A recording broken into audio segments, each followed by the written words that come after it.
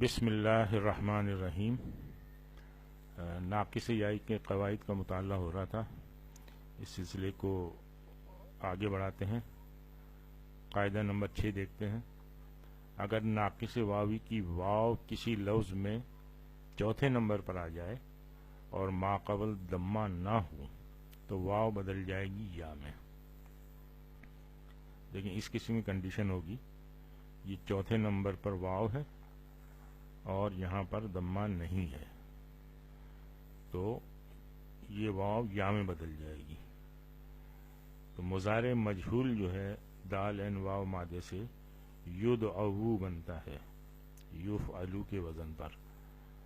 اب یہاں دیکھیں، یہ واو جو ہے چوتھے نمبر پر ہے اور اس سے ماقبل ضمہ بھی نہیں ہے، یہاں پہ فتح ہے، تو اب یہ واو جو ہے وہ یا میں بدل جائے گی، تو یدعو بن جائے گا اور پھر یہ یدعا، اس پہ پھر رول اپلائی ہوگا اور یہ الف مقصورہ میں تبدیل ہو جائے گی۔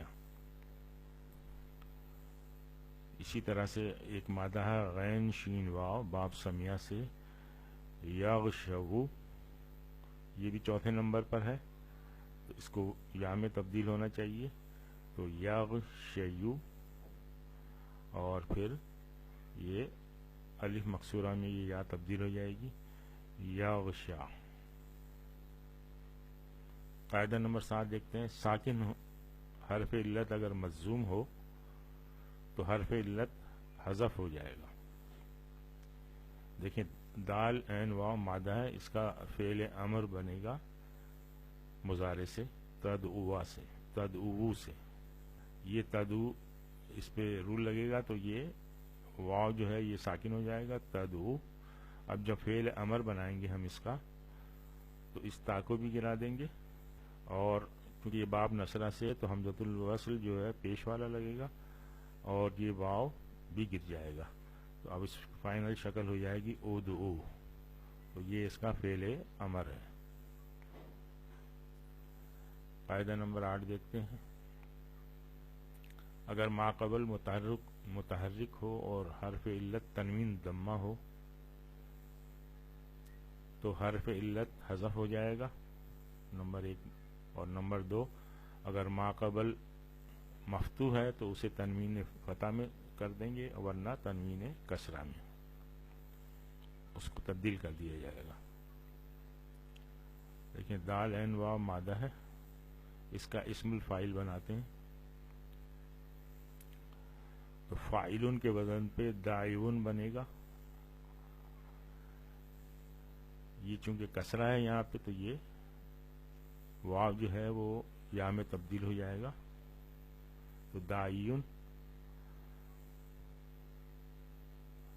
اب یہ یا جو ہے اس میں دیکھیں، اگر ماقبل مفتوح تو اسے تنوین فتح میں ورنہ تنوین کسرہ میں، تو اب یہ جو اس میں جو ماقبل ہے وہ کسرہ ہے، تو اس کو تنوین کسرہ میں بدل دیں گے عین کو، اور یہ یا یہاں سے حذف ہو جائے گی، تو فائنل شکل اس کی ہوگی داعین۔ اچھا، اسی طرح اس مادے سے اس میں ظرف اس میں مفعولون کے وزن پر آتا ہے، تو یہ مدو اون ہو جائے گا، مدو اون سے یہ پھر مدو ایون ہوگا، کیونکہ یہ واو جو ہے یا میں بدل جائے گا، چوتھے نمبر پر ہے، اور پھر اسی طرح سے فائنلی یہ تنوین فتح میں تبدیل ہو جائے گا موضوعاً۔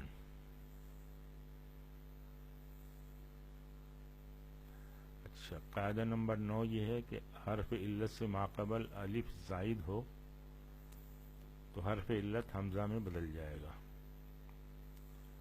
یہ دیکھیں، دال عین واو مادہ، اس کا مصدر ہے دعاون، یہ الف زائد کہلاتا ہے، یہ واو جو ہے حمزہ میں بدل جائے گا تو یہ فائنل اس کی شکل ہو جائے گی دعاون۔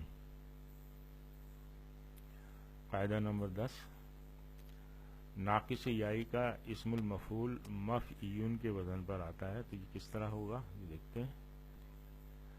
ہدا یادی سے اسم المفعول مہدیون بنے گا، اور ردایا یردا سے اسم المفعول مردیون بنے گا.